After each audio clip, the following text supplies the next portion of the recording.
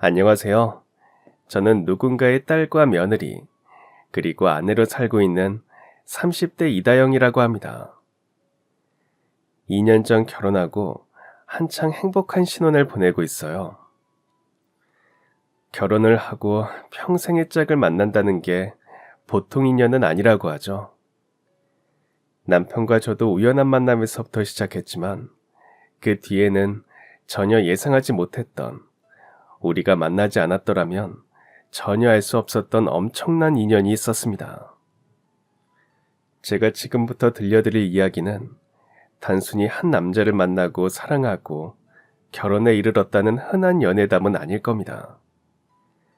그보다는 한 사람이 베푼 선의가 어떻게 돌고 돌아 다른 세대, 다른 방식으로 다시 우리 앞에 나타나는지를 보여주는 이야기예요.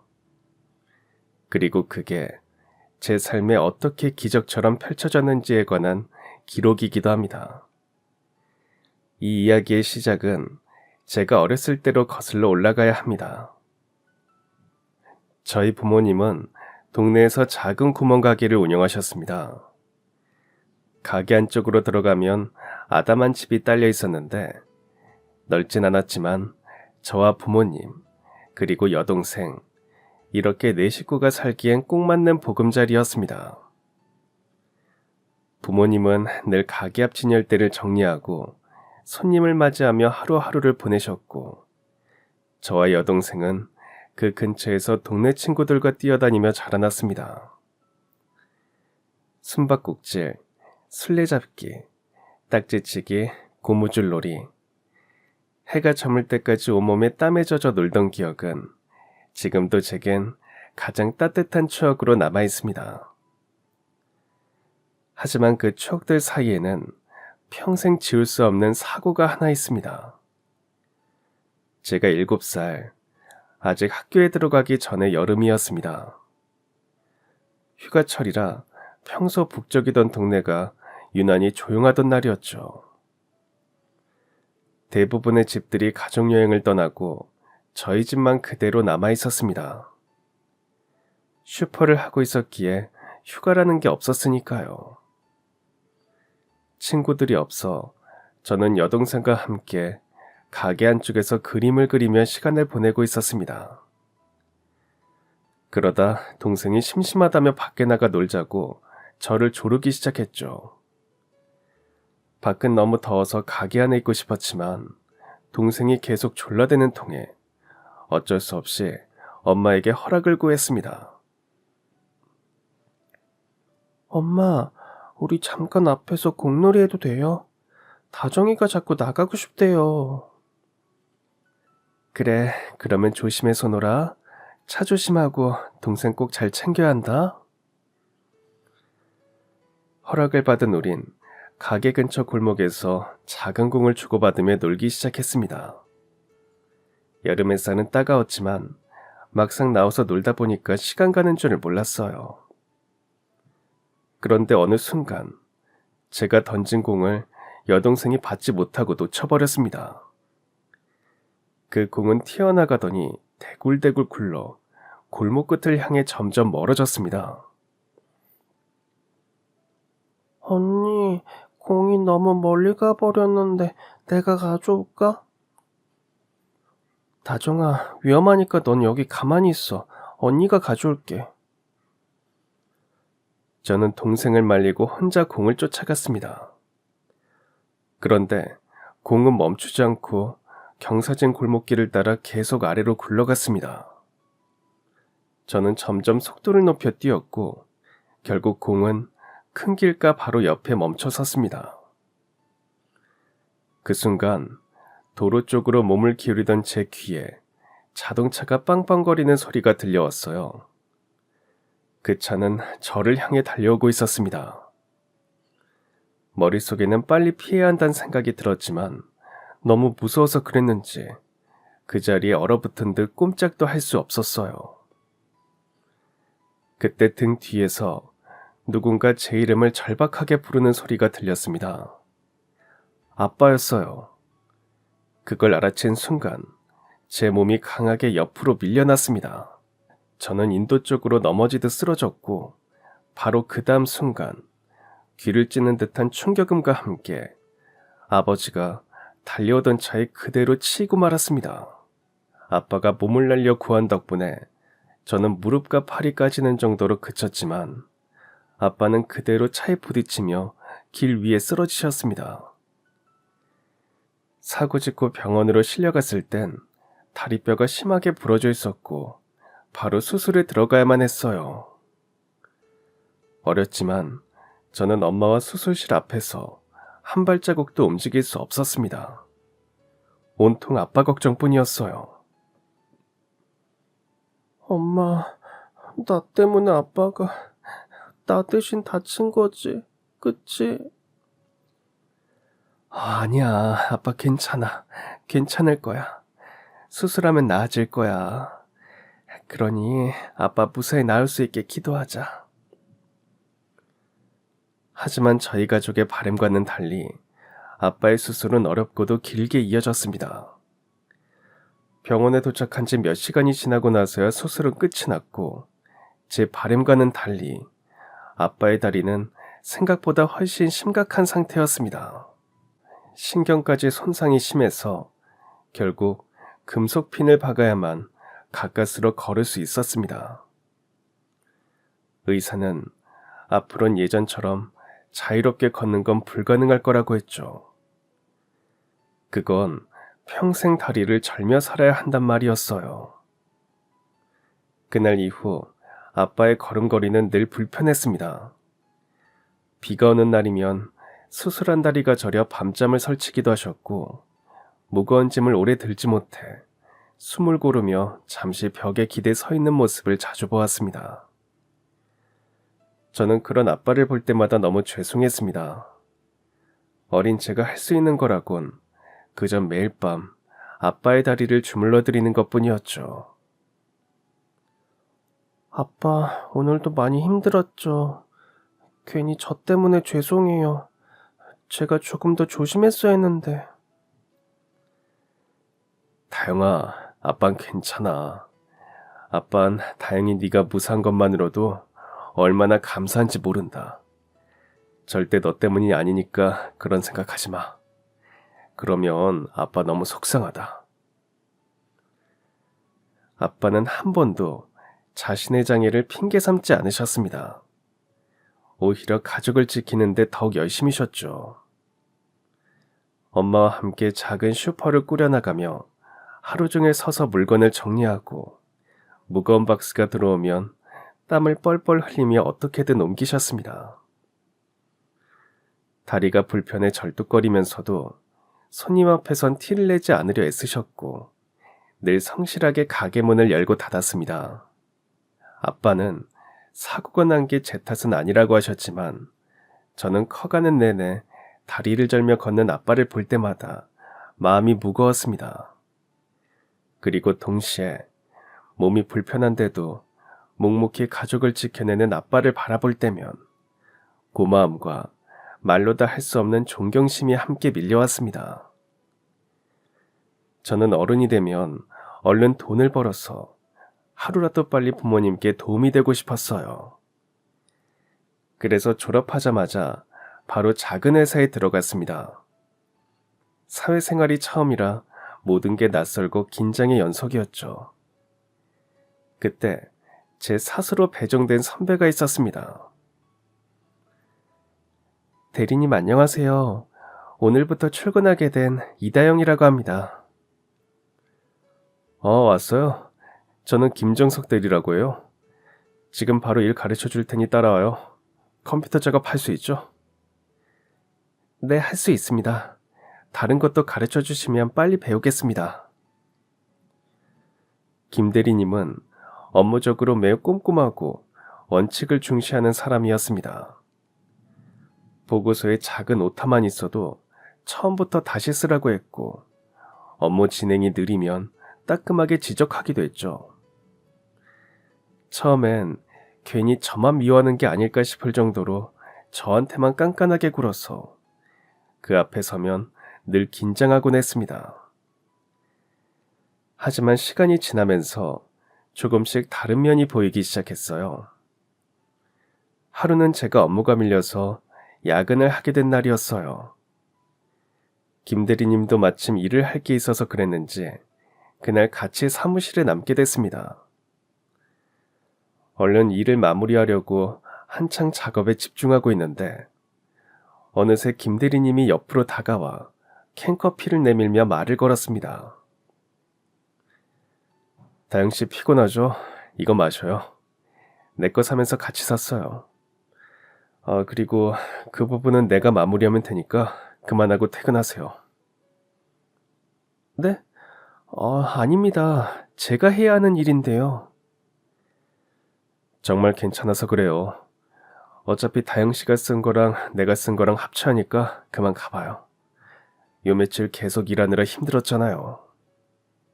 항상 냉정하고 깐깐하고 다른 사람 일엔 신경도 안 쓰던 김 대리님의 다른 모습을 보게 됐죠. 그 뒤로 김 대리는 저를 먼저 챙겨주기도 했고 제가 작성한 기획서를 보곤 칭찬해주기도 했습니다.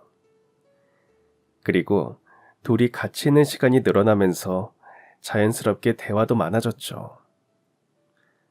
처음엔 일 얘기뿐이었는데 점점 서로의 취미나 가족 이야기까지 나누게 됐고 김 대리님은 제가 편해졌는지 말도 놓는 사이가 됐습니다. 하루는 야근을 마치고 늦은 시간에 같이 퇴근하다가 회사 근처 분식집에 들어가 떡볶이를 먹은 적이 있습니다. 대리님 떡볶이 잘 드시네요. 좋아하시나 봐요. 스트레스 받거나 힘들면 한 번씩 생각나더라. 다영씨도 좋아해? 네, 맛있다는 집이 있으면 일부러 찾아가서 먹기도 해요. 제 취미가 맛집 찾아다니는 일이거든요. 그래? 그러면 나중에 나도 한번 맛집 데리고 가줘. 하루 종일 일 얘기만 하다가도 그런 자리에선 한순간 친구처럼 편하게 웃을 수 있었고 저는 그때부터 그가 단순히 직장 상사가 아니라 이성으로 다가오기 시작했습니다. 결정적인 순간은 연말 회식에서 찾아왔어요. 그날 김 대리님은 저를 집 근처까지 데려다 주었고 동네 어귀에 다다랐을 때 조심스럽게 말하더군요. 다영씨, 우리 회사 들어오고 내가 너무 까칠하게 굴었지? 사과할게. 그땐 미안했어. 아니에요. 일 가르쳐 주시려고 그런 건데요. 사실 다영씨가 얼마나 갈까 싶어서 더 그랬던 것 같아. 그런데 다영씨가 점점 회사 일에 적응해가는 걸 보면서 어느 순간부터는 그 모습이 성실하고 멋져 보이더라. 그리고 나선 자꾸 다영씨한테 눈이 갔어. 이제는 그냥 동료로만 지내고 싶지 않아. 다영씨는 나 어떻게 생각해? 김 대리님의 고백에 놀라기도 했지만 한편으로는 너무 기뻤습니다. 저 역시 그와 같은 마음이었으니까요. 그날 이후 저희는 회사 선후배에서 연인이 되었습니다. 그리고 얼마 가지 않아 그는 저에게 결혼하고 싶단 말을 꺼냈어요. 하지만 저는 그 말이 부담스러웠습니다. 사귀고 나서 알게 된 사실 때문이었죠. 그는 제가 다니고 있는 회사 사장님의 아들이었습니다. 그에 비하면 저희 집은 작은 슈퍼를 하는 평범한 가정이었기에 경제적인 차이가 부담이었습니다. 그래서 그에게 솔직하게 말했습니다. 정석 씨, 결혼하자고 해줘서 고맙지만 우리 집이랑 정석 씨 집안이 너무 차이가 나서 솔직히 걱정돼요. 너무 부담스럽기도 하고요. 다영아, 중요한 건 너랑 나야. 내가 다 알아서 할 테니까 그런 걱정 안 해도 돼. 나만 믿어. 조만간 우리 집에 가서 인사드리자. 그래도요, 정석 씨 집안에서 절 마음에 안 들어해서 결혼 반대하시면 어떡해요? 걱정 마. 내가 잘 말씀드릴게. 우리 어머니도 내가 택한 여자라면 분명 좋아해 주실 거니까. 저는 대리님만 믿고 그의 집에 인사를 드리러 갔습니다. 하지만 자신이 다 알아서 하겠다는 그의 말과는 달리 분위기는 처참했습니다. 특히 그의 어머니는 노골적으로 저를 싫어하는 티를 내셨죠. 이름이 이다영이라고 했나? 우리 정석이랑은 한 팀에서 일하다가 만난 거야? 네. 제가 신입이었을 때 정석 씨가 많이 도와줬어요. 근데 정말로 우리 정석이가 사장 아들이었다는 걸 몰랐니? 네? 어머니, 그게 무슨 말씀이신지. 아유, 말귀를 한 번에 못 알아듣네. 정석이가 사장님 아들이라는 거 알고 일부러 접근한 거 아니냐 그 말이야. 저는 그 말을 듣고 어떤 말을 해야 할지 입이 쉽게 떨어지지 않았습니다. 정석 씨가 옆에서 제 편을 들어줬지만 그의 어머니는 계속해서 저를 의심하셨어요. 너처럼 우리 아들한테 접근한 여자를 내가 한두 명 본 게 아니야. 팔자 한번 고쳐보겠다고 작정하고 꼬신 건지 어떻게 알아? 아니에요. 저는 정말 몰랐습니다. 나중에 정석 씨가 말해줘서 알게 된 거예요. 대체 뭐 때문에 그렇게 오해하신 건지는 모르겠지만 정말 아닙니다. 뭐 그건 그렇다 치고 어쨌든 우린 이 결혼 허락 못한다. 이건 뭐 형편이 어느 정도 맞아야 결혼을 시키든 말든 할 거 아니야? 어디 구멍가게 딸이 언감생심 우리 아들을 넘봐. 그의 어머니는 이미 저희 집안에 대해서도 조사를 마친 상태였습니다. 구멍가게 딸과 회사 사장 아들이 결혼한다는 게 말이 되냐면서 어이없어 하셨죠. 저는 거기까진 참을 수 있었습니다. 제가 사랑하는 남자의 어머니였으니까요. 하지만 그 다음 말을 듣곤 도저히 참을 수가 없었습니다. 그리고 그쪽 아버지 말인데 다리에 장애까지 있다며. 정석아, 넌 여자를 데리고 와도 어디서 이런 애를 데리고 오니? 나 좀 기가 막혀서 내가 창피해서 어디 말도 못하겠어. 사실 저도 정석 씨랑 결혼하는 거 부담스러웠어요. 근데 정석 씨가 저 아니면 안 된다고 해서 온 거라고요. 그리고 저를 싫어하시는 건 괜찮아요. 하지만 제 부모님까지 그렇게 말씀하시는 건 정말 예의가 아니라고 생각합니다. 뭐라고? 어른 앞에서 눈 똑바로 뜨고 말하는 것 좀 봐. 이래서 내가 없는 집안에는 싫다고 하는 거야. 이 결혼 나는 허락 절대 못한다. 방 안의 공기가 순간 싸늘하게 식었습니다. 더는 그 자리에 앉아있을 수 없어 저는 자리에서 일어나 그 집을 나와버렸습니다.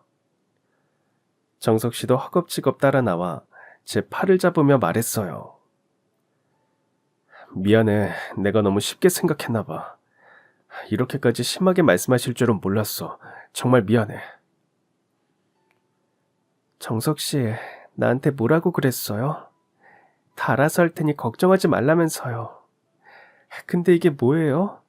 왜 우리 부모님까지 그런 모욕을 받게 하냐고요. 오늘은 저 혼자 갈게요. 따라오지 말아요. 정석 씨는 계속 사과했지만 제 안에 쌓인 분노와 상처는 쉽게 가라앉지 않았습니다. 제가 사랑하고 존경하는 아빠와 엄마가 그렇게 하찮게 취급당한 것이 너무나도 가슴이 아팠죠. 그날 집으로 돌아와서도 마음이 복잡했습니다. 정석 씨는 자신이 부모님을 어떻게든 설득해 볼 테니 걱정하지 말라고 했지만 그래도 그분들의 시선이 완전히 바뀔까 하는 의문이 가시지 않았어요. 정석 씨를 향한 마음은 여전했지만 저희 가족을 무시하는 집안에 들어가야 한다는 두려움과 불안이 점점 더 크게 자리 잡았습니다. 그래서 저는 그 남자와의 결혼이 정말 옳은 선택인지 아니면 여기서 멈춰야 하는 건지 계속해서 스스로에게 되묻고 또 되물었습니다. 정석 씨의 집에 다녀온 지 며칠이 지났고 여전히 그와의 결혼을 고민하던 어느 날이었습니다. 제가 거래처 손님을 만나러 한 카페에 갔는데 거기서 정석 씨가 처음 보는 여자와 함께 앉아있는 걸 보게 됐어요. 저는 그 모습을 보자마자 그에게 지금 어디냐고 문자를 보냈습니다. 그는 회사에서 일하는 중이라는 답을 보내왔죠. 정석 씨가 제게 거짓말을 한 게 화가 났고 바로 그 자리에서 그에게 전화를 걸었습니다. 정석 씨 나예요. 정석 씨는 카페가 회사인가 봐요? 나한테 이렇게 뻔한 거짓말을 할 줄은 정말 몰랐네요. 끊을게요. 그는 제 전화를 받곤 카페를 두리번거리더니 저를 발견하고 마치 귀신을 본 듯 소스라치게 놀랐습니다. 그리고 그날 밤 그는 저희 집 앞까지 찾아왔습니다. 다행히 네가 본 대로 여자를 만난 건 맞아. 근데 나도 어쩔 수 없었어. 어머니가 나한테 물어보지도 않고 맞선 자리를 만드셨어. 그래서 나간 거야. 그니까 정석 씨 말은 어머니가 나가라고 해서 어쩔 수 없이 나갔단 거네요? 근데요, 나라면 그 자리에 안 나가겠다고 거절하겠어요. 어떻게 결혼까지 생각하는 여자가 있으면서 그 자리를 나가요? 이렇게 어머니 말에 휘둘리는 남자를 내가 앞으로 어떻게 믿죠? 우리 그냥 여기서 헤어져요. 저는 정석 씨에게 헤어지자고 말한 뒤 돌아섰습니다. 가슴은 아팠지만 이런 상황에서 결혼까지 해봤자 똑같은 문제로 마음이 아플 것 같았어요. 정석 씨는 그 뒤로 몇 번을 더 잡았어요. 밤마다 전화를 하기도 했고 집까지 찾아오기도 했습니다. 하지만 저는 확고했고 결국 헤어지게 됐어요. 정석 씨와 이별한 후 그 회사를 계속 다닐 순 없을 것 같아 퇴사까지 했습니다. 이별하고 한동안은 무척 힘들었어요. 밖에 잘 나가지도 않고 속상해서 밤마다 남몰래 울기까지 했습니다. 그러자 하루는 엄마께서 제게 물으셨죠. 다영아, 요즘 무슨 일 있어? 많이 힘드니? 힘든 일 있으면 엄마한테 말해봐. 엄마, 나 만나던 사람이 있었잖아. 그 사람이랑 헤어졌어. 왜? 그 집에서 우리 집안이 마음에 안 든다니? 아휴, 사실 엄마랑 아빠 다 알고 있어. 그 남자가 집으로 찾아왔던 날 둘이 싸우는 것도 다 봤고. 그가 제 마음을 돌리려고 찾아왔던 날 부모님은 가게 문을 닫고 들어오시다가 우연히 그 모습을 보고 말았고 무슨 일이 있었는지 다 듣게 됐습니다. 그래서 그 집에서 저희 집안 때문에 그리고 아빠의 장애까지 언급한 걸 다 알게 되셨던 거죠.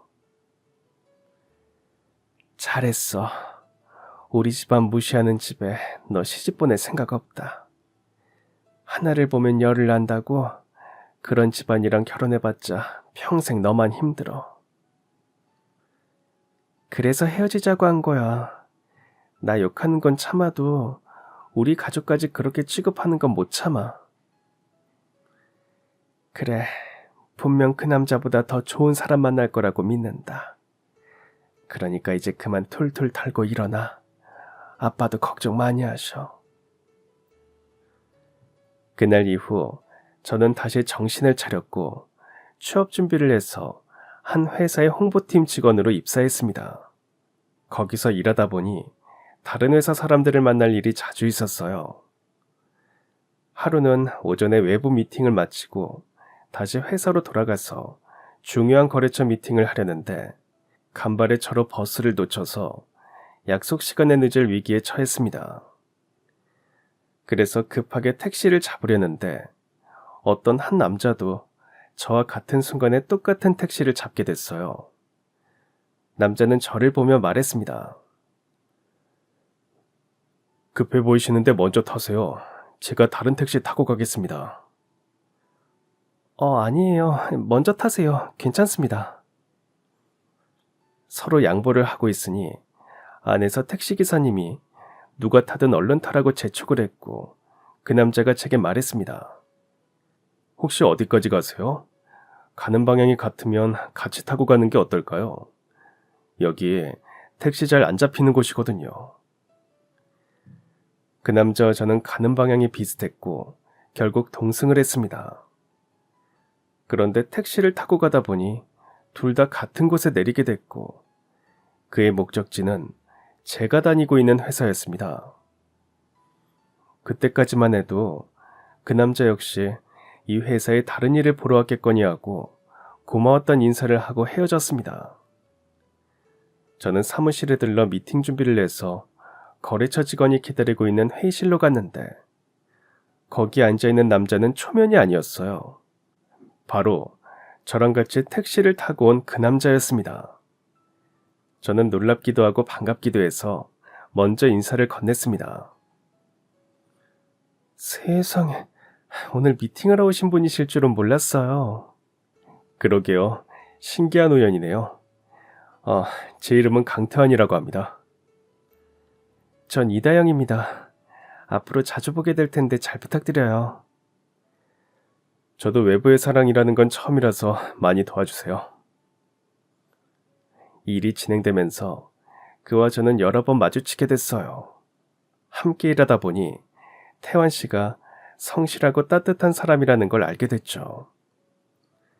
우연히 그가 무거운 짐을 든 어르신을 자연스럽게 도와주는 모습도 몇 번 본 적도 있고요. 회의를 하다가 같이 온 직원이 작은 실수를 했는데 눈치 빠르게 대신 설명을 덧붙여줘서 분위기를 살려준 적도 자주 있었습니다. 그를 만날수록 남을 배려하고 도우려는 마음이 몸에 배어있는 사람이라는 생각이 들어 자연스럽게 호감이 생겼습니다.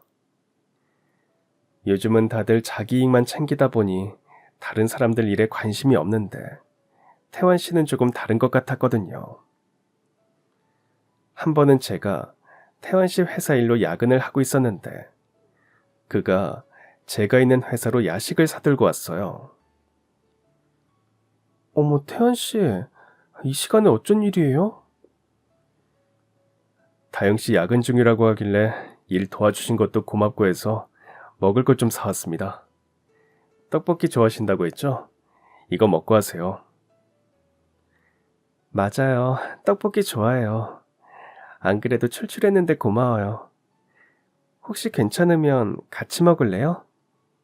저희는 그날 밤 같이 야식을 먹으며 조금 더 친분이 생겼고 이후 우연히 퇴근길에서 몇 번을 더 만나고 회식까지 같이 하면서 자연스럽게 더 가까워졌습니다. 일 때문에 자주 만나게 되면서 하나 더 알게 된 건 태환 씨는 어려움에 빠진 사람이 눈에 보이면 그냥 지나치지 못한다는 거였어요.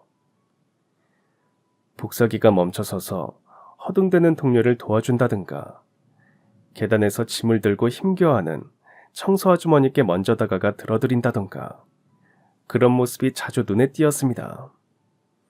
그래서 한 번은 제가 그 이유를 물어봤습니다. 태환 씨는 어려운 사람 보면 항상 도와주잖아요. 제가 본 것만 해도 몇 번은 되는 것 같은데 어떻게 매번 그렇게 할 수 있어요? 저희 엄마를 보고 자라서 그런 것 같아요. 엄마가 젊었을 때 외가 쪽 형편이 정말 어려웠대요. 하루하루가 막막할 정도였는데 그때 주변에서 큰 도움을 받으면서 버티셨다고 해요. 그 경험 때문인지 엄만 누가 힘들어하는 걸 보면 그냥 지나치지 못하시더라고요. 그러셨구나. 되게 좋은 분을 만나셨나 봐요. 맞아요. 엄만 아직도 말씀하세요. 그때 도움 주신 분들 덕분에 지금의 자신이 있을 수 있었다고요. 늘 그분을 다시 만나 은혜를 직접 갚을 수 있으면 좋겠다고 하시는데 찾을 길이 없으시대요.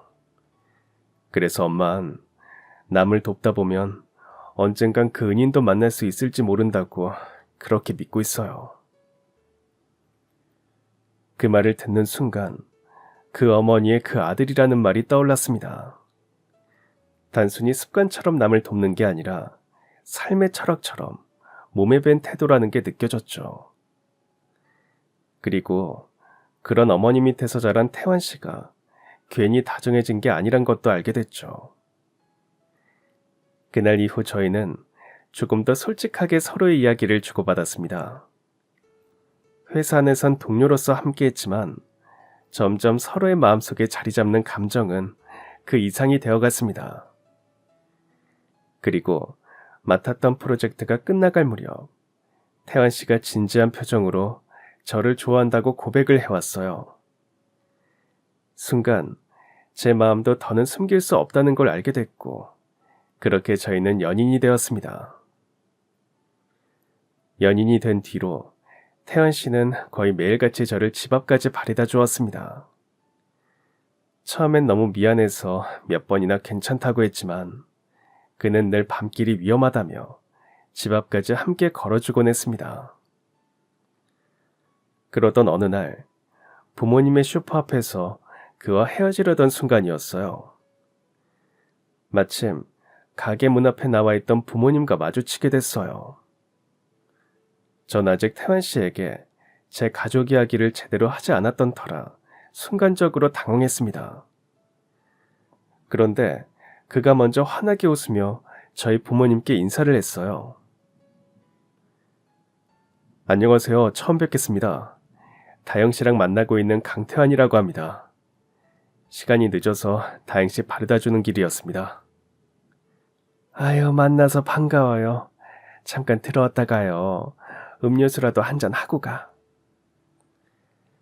엄마가 음료수라도 한잔하고 가라고 잡는 통에 태환 씨는 가게 안으로 들어갔죠. 좁은 테이블에 둘러앉아 시원한 음료를 마시며 이런저런 대화를 나누는 동안 그는 예의 바르고 성실하게 대답했습니다. 부모님도 크게 부담스러워하지 않으셨고 그날의 갑작스러운 만남은 생각보다 괜찮게 마무리되었습니다. 그날 이후 태환 씨는 집 앞까지 데려다 주다가도 시간이 허락되면 슈퍼에 들어와 가게 일을 조금씩 도와주곤 했습니다.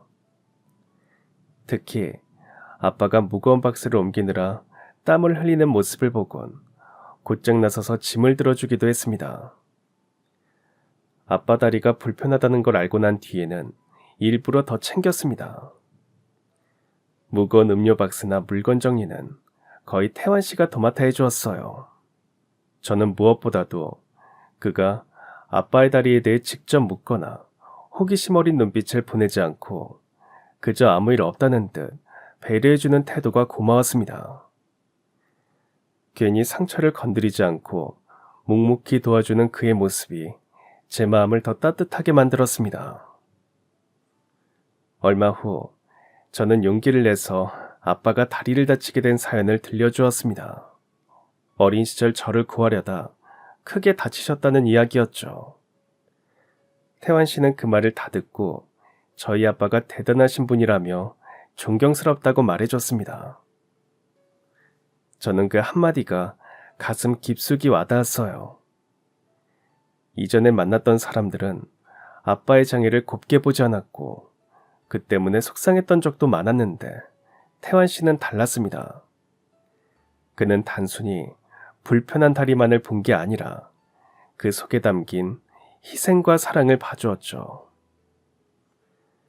그 순간 저는 지금 내 옆에 있는 이 사람이 그 누구보다도 진심으로 가족을 이해해주고 함께할 수 있는 사람이라는 확신이 생겼습니다. 그리고 전보다 더 깊이 그에게 마음이 끌렸습니다. 그리고 저희는 누가 먼저랄 것도 없이 자연스럽게 결혼까지 이야기하는 사이가 됐어요. 그리고 정식으로 양가에 인사를 드리기로 했습니다. 그는 저희 집에 대해서 웬만큼 알고 있지만 생각해보니 저는 아는 게 별로 없더라고요. 그래서 인사를 드리러 가기 전에 그에게 가족에 대해서 물어봤습니다. 우리 가족은 특별한 거 없어. 다영 씨도 아는 것처럼 우리 아버지가 2년 전에 돌아가셨고 엄마랑 여동생이랑 같이 살고 있고 그냥 평범해. 다른 가족과 다를 거 없이 평범하다는 말에 그의 집안도 저희 집과 비슷한 형편일 거라 짐작했어요. 평소 검소한 모습을 보이기도 했으니까요. 하지만 막상 인사를 드리러 태환 씨의 집에 도착했을 때 저는 깜짝 놀라고 말았습니다. 그곳은 넓은 평수의 고급 아파트 단지였습니다. 잘 다듬어진 조경과 경비원의 인사, 고급 자동차들이 즐비한 주차장. 제가 그동안 상상했던 평범한 집과는 확연히 달랐습니다. 순간 가슴이 쿵 내려앉았습니다. 예전에 만났던 사람의 집안에서 부모님의 조건 때문에 상처받은 기억이 떠오르며 이번에도 혹시 반대라도 하시면 어쩌나 하는 불안이 몰려왔습니다. 하지만 막상 집 안으로 들어서자 분위기는 제 예상과 전혀 달랐습니다. 태환 씨의 어머니는 저를 따뜻하게 맞아주셨습니다. 정갈한 차림새와 은은한 미소로 저를 반겨주셨어요. 그의 여동생도 서글서글하게 웃으며 안부를 물었습니다. 긴장으로 뻣뻣해 있던 제 어깨가 그제야 조금씩 풀렸죠. 저희가 서로 진지하게 만나고 있다는 얘기를 듣자 어머니는 제 손을 잡으며 말씀하셨습니다. 아이고, 우리 태환이가 좋은 인연 만난 것 같아서 참 다행이야. 우리 아들이랑 결혼 결심해줘서 고마워. 결혼은 당사자 두 사람의 마음이 제일 우선이라고 생각해. 타영이랑 태환이 두 사람이 함께라면 앞으로도 잘 살 수 있을 거야. 저는 그 한마디에 눈가가 뜨거워졌습니다. 반대는커녕 결혼을 흔쾌히 허락해 주셨기 때문이었습니다. 며칠 뒤 저는 태환 씨에게 그날 느낀 제 불안을 솔직히 털어놓았습니다.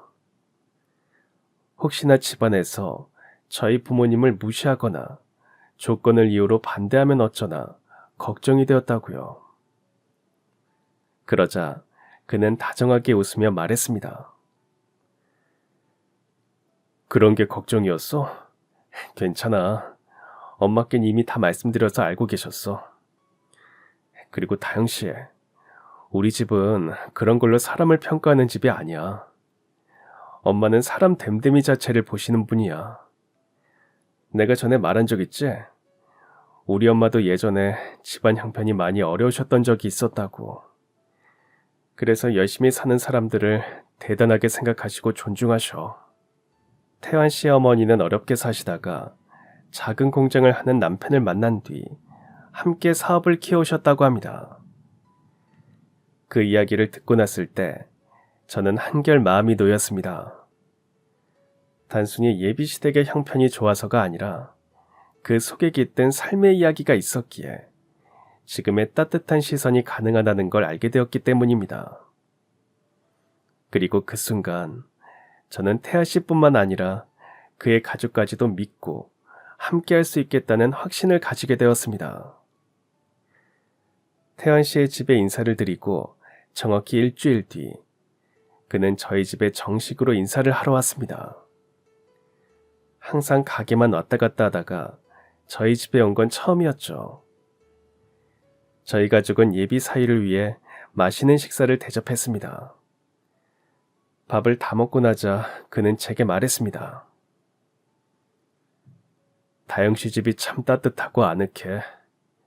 마치 다영씨 가족들처럼. 근데 이사를 한 번도 안 하고 이 집에서 지금까지 살았던 거야? 네, 제가 태어나고 부모님이 가게를 사셨는데 처음엔 가게에 딸린 집에서 살다가 제가 초등학교 3학년 때 이 아파트로 이사와서 쭉 여기서만 살았어요. 오, 그랬어? 그것도 정말 신기하다. 그럼 어릴 때 사진 같은 것도 다 그대로 가지고 있겠네? 다영씨, 어린 시절 사진 보여주면 안 돼? 제 어린 시절이 보고 싶던 태연 씨의 부탁에 저는 방 안에서 옛날 사진이 들어있는 앨범을 가지고 거실로 나왔습니다. 그는 사진을 보면서 계속 흐뭇한 미소를 지었죠. 난 이사를 자주 다닌 편이라 그런지 어릴 때 사진이 별로 없거든. 이렇게 사진 찍고 인화해서 앨범 만드는 것도 보통 정성이 들어가는 일이 아닌데 다영 씨 부모님이 정말 사랑으로 키우신 것 같아. 맞아요. 이거 우리 아빠가 다 찍어주신 사진들이거든요. 어릴 땐 뭐만 하면 아빠가 사진 찍어준다고 하는 게 귀찮았는데 지금 생각해보면 다 추억인 것 같아요. 아참, 여기 어디 우리 엄마 아빠 결혼 사진도 있을 텐데. 여기 있다. 태연 씨 봐봐요. 저는 그에게 부모님의 결혼 사진을 보여줬습니다. 그날 참석한 하객들과 다 같이 찍은 사진이었죠. 태환 씨는 그 사진을 한참을 보다가 어느 한 곳에 시선이 멈췄습니다. 그리고 한동안 아무런 말이 없었죠. 그의 표정을 보자 놀라움과 당혹감이 섞여 있는 듯 했습니다. 저기 다영 씨, 나 잠깐만 나가서 통화 좀 하고 올게. 태환 씨는 그 말을 남기곤 헐레벌떡 일어나 밖으로 나갔습니다. 그는 괜찮다고 했지만 아무래도 걱정이 돼서 그를 바로 따라 나갔어요. 태환 씨는 누군가와 통화를 하고 있었습니다. 얼핏 들리는 말을 들어보니 상대는 그의 어머니 같았어요. 그리고 아주 긴박하게 말하고 있었습니다. 여기 미래 아파트예요. 602호요. 네, 엄마, 여기로 빨리 와주세요. 아무래도 엄마가 직접 오셔서 확인해 보셔야 할 것 같아요. 태환 씨는 그 말을 남기고 전화를 끊었고 돌아서자마자 제가 서 있는 걸 보곤 깜짝 놀랐습니다. 다영 씨, 언제 와 있었어? 좀 전에요. 근데 태환 씨, 방금 전화한 사람 어머니 맞죠? 근데 왜 집으로 오시라고 한 거예요? 그게 다영 씨, 아까 두 분 결혼 사진 뒷줄에 있는 하객 중에 우리 어머니가 있었어. 태환 씨 어머니가요? 아니, 어떻게 그럴 수가 있어요? 잘못 본 거 아니에요? 아니야, 확실해. 우리 어머니 젊었을 때 모습이 맞아. 내가 전에 말한 거 기억나? 우리 어머니가 힘들었던 시절에 옆에서 도와준 은인 같은 분이 있다고. 어머니가 그분 결혼식에 참석한 적이 있다고 했었는데 아무래도 다영 씨 어머니가 우리 어머니가 항상 말씀해 주시던 그 은인 같아. 그의 말을 듣고도 머릿속이 정리되지 않았습니다. 얼마 지나지 않아 초인종이 울렸고 문을 열어보니 그의 어머니가 밖에 서 있었습니다. 어머니는 미안하다면서 집 안으로 들어오셨죠. 저희 엄마는 현관이 소란스러운 걸 듣고는 무슨 일이 생긴 건지 확인하러 오셨어요. 엄마는 현관에 서 있는 태연 씨 어머니 얼굴을 보게 되었고 그리고는 놀라운 일이 벌어졌습니다. 태연 씨 어머니 얼굴을 본 저희 엄마가 그 자리에 그대로 쓰러지고 만 거예요. 갑자기 나타난 태연 씨 어머니, 그리고 그분을 보고 쓰러진 엄마. 저는 이게 다 무슨 일인지 혼란스럽기만 했습니다. 엄마는 잠시 뒤 깨어났고 엄마가 눈을 뜨자마자 태환 씨 어머니는 저희 엄마를 수키 언니라 부르며 깨어났어요. 아이고 수키 언니, 정말 언니 맞지? 아유 세상에 이게 얼마만이야. 내가 그동안 수키 언니를 얼마나 찾았는지 모르지? 지금까지 살면서 단 한 번도 잊은 적이 없어. 너 진짜 미진이야? 아유 미진아, 이게 다 무슨 일이야. 너 살아있었구나. 이게 얼마만이야 언니. 미안해. 내가 정말 미안해. 두 분은 그렇게 서로를 끌어안은 채 한참 동안 울고만 있었습니다. 그러다 얼마간의 시간이 지나서야 겨우 울음을 멈추고 진정이 되었어요. 저는 엄마에게 가장 궁금한 걸 물었습니다. 엄마, 대체 무슨 일이에요? 왜 엄마 아빠 결혼식 사진에 태환 씨 어머니가 하객으로 찍힌 거예요? 두 분 아시던 사이였어요? 맞아. 미진이랑 나랑은 젊었을 때 알던 사이였어. 시골에서 올라온 미진이가 우리 집에 새들어 살았었거든. 우리 집이 그때 작은 주택이었는데 방 두 개는 다른 사람한테 세를 주고 있었어. 그중 한 방인 미진이가, 그러니까 태환이 엄마가 새 들어온 거야. 정말요? 그러면 그때부터 두 분이 알고 지내셨던 거예요? 그때 미진이가 막 20살이 됐었는데 나보다 2살 어린 미진이가 꼭 친동생 같아서 내가 잘 챙겨줬지. 미진이는 아버지 돌아가시고 집안 사정이 너무 어려워져서 일자리 구하려고 서울로 올라왔었어. 미진이도 나를 언니처럼 잘 따라서 우린 금방 친해질 수 있었지. 집안에 도움이 되려고 시골에서 올라온 태연 씨의 어머니는 서울에서 옷을 만드는 공장에 다녔다고 합니다. 그런데 1년이 채 안 돼서 공장이 망하면서 하루아침에 일자리를 잃고 말았죠. 저희 엄마는 그런 사정을 알게 된 뒤 엄마의 친구가 일하고 있던 백화점에서 판매 보조를 할 수 있게 다리를 놔줬고 그 덕에 태연 씨 어머니는 쉬지 않고 일해서 시골집에 돈을 보낼 수 있었어요. 저희 엄마 손을 잡고 이야기를 가만히 듣고 있던 태환 씨의 어머니가 말씀하셨습니다. 그 시절에 난 너무 어려웠어. 숙현이 아니었다면 그때 죽었을 수도 있어. 돈 벌면 거의 다 시골로 보내주고 남은 돈으론 겨우 입에 풀칠만 하고 살았었거든. 그러다 한 번은 쓰러진 적도 있었지. 그때 다행히 너희 엄마가 쓰러진 날 병원으로 데려다주고 치료도 받게 해줬어. 그리고 내가 밥도 굶어가면서 돈 아끼는 걸 알고는 직접 밥도 챙겨줬어. 숙희 언니, 그때 얼마나 고마웠나 몰라. 아휴, 미진이 너도 참, 그걸 아직도 기억하고 있어? 밥 숟가락 하나만 더 놓으면 되는 건데 뭘.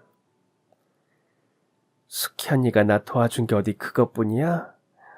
우리 엄마 돌아가셨을 때도 언니랑 언니네 부모님이 다 도와주셨잖아.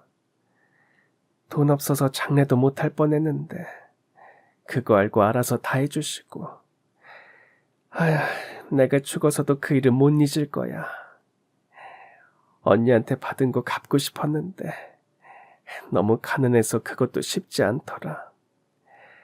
그래서 항상 마음의 빛처럼 남아있었어. 그리고 다음에 저희 엄마는 아빠를 만나 결혼을 하게 되었습니다. 태환 씨 어머니도 당연히 초대했죠. 하지만 그 당시 태환 씨 어머니에겐 돈이 별로 없었습니다. 축의금을 내지 못할 게 뻔해서 가지 않으려고 했지만 엄만 그 마음을 알고는 축의금 같은 거 안 해도 되니 와서 진심으로 축하해달라고만 말했다고 해요. 그 말에 태환 씨 어머니는 밥까지 먹는 건 미안해서 결혼식 사진까지만 찍고 일하러 바로 출근을 했다고 합니다. 결혼 이후 엄마는 새로운 삶에 바빠졌습니다. 태환 씨 어머니 역시 열심히 일을 하던 중 더 많은 월급과 숙식을 제공해주는 지방의 한 공장에 취업 기회를 얻게 되었고 결국 고향과 서울을 모두 떠나 그곳으로 내려가게 되었습니다. 그날 서울을 떠나면서 숙현이한테 전화해서 서로 연락처를 주고받았어. 그런데 연락이 쉽지 않더라고. 숙현이는 결혼 생활로 정신없고 나도 공장 적응하느라 신경을 못 썼지. 그러다가 자연스럽게 연락까지 끊기게 된 거야.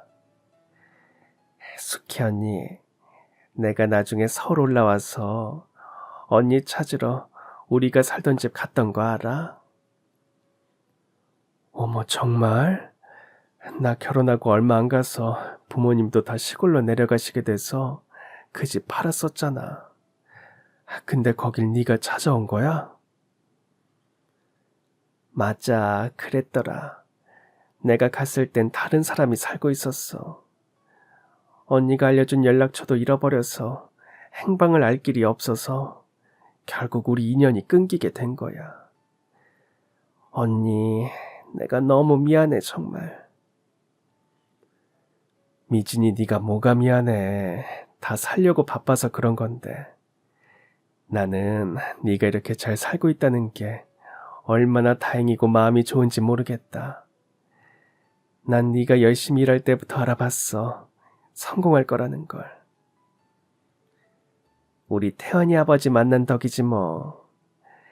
수키 언니, 우리 정말 먼 길을 돌고 돌아서 우리 애들 덕분에 다시 만나게 됐네. 언니 혹시 기억나? 예전에 우리가 나중에 결혼해서 애들 낳으면 서로 결혼시키자고 했었잖아. 아유, 그게 결국은 이렇게 이뤄지네. 우리가 보통 인연은 아니었나 봐. 태환 씨의 어머니의 눈엔 어느새 또 눈물이 고여 있었습니다. 저희 엄만 그 눈물을 닦아주며 말했습니다. 아유, 미진아, 그만 좀 울어. 이렇게 좋은 날 자꾸 울 거야? 애들도 놀라겠다. 수키 언니, 내가 예전에 언니한테 받은 만큼 이젠 언니 딸 다영이한테 다 갚을게. 그리고 다영아, 다시 한번 우리 가족이 돼줘서 정말 고맙다. 두 집안은 그렇게 사돈으로 이어졌습니다. 처음엔 서로의 처지를 알지 못한 채 스쳐 지나갔던 인연이었지만 결국 한 가족이 되어 다시 만나게 된 것이죠. 지금도 두 어머니는 오랜 세월을 돌아온 인연이 믿기지 않는다며 종종 옛 이야기를 나누곤 합니다. 함께 여행을 다니며 사진을 찍고 맛집을 찾아다니며 웃음을 나누고 때로는 지난 세월의 고단함을 털어놓으며 서로의 마음을 다독여 주십니다. 젊은 시절 형편도 길도 달랐던 두 사람이었지만 결국 서로의 선의와 따뜻함이 그 시절을 버티게 했고 지금의 인연으로 이어지게 했습니다. 어느덧 저와 태환 씨가 결혼한 지도 2년이 흘렀고 얼마 전엔 기쁜 소식이 찾아왔어요. 제가 임신을 했거든요. 그 소식을 듣고 저희만큼 기뻐했던 게 바로 두 어머니입니다. 어머 미진아, 너 이제 할머니 된단다. 축하한다. 아유, 수키 언니, 나만 할머니 되는 거야? 언니도 이제 할머니야. 언니 고마워. 진짜 언니 덕에 내가 말년에 너무 행복한 삶을 보내는 것 같아. 누가 누구에게 은혜를 베풀었는지조차 분간할 수 없을 만큼 두 어머니의 마음은 오랜 세월을 넘어 서로에게 닿아 있습니다. 그리고 그 인연은 자녀 세대를 넘어 이제는 손주 세대까지 이어지고 있습니다. 돌아보면 작은 친절 하나가 두 집안을 잇는 기적의 씨앗이 된 것이죠. 두 어머니의 모습을 보며 저는 배웁니다.